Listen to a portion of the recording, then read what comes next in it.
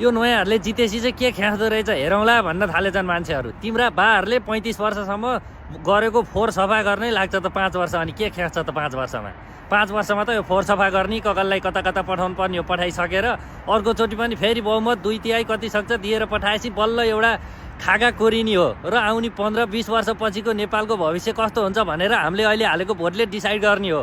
हामी त यहाँ कति वर्ष विदेश बस्दा, 10औं वर्ष विदेश बस्दा आफ्नो एउटा जिन्दगी सेटल गर्न सके होइन। आजको आजै जितेर गएर स्वतन्त्र पार्टीले संसार उल्टाइदिन्छ त? त्यही भएर आजको आजै आश नगरे हुन्छ।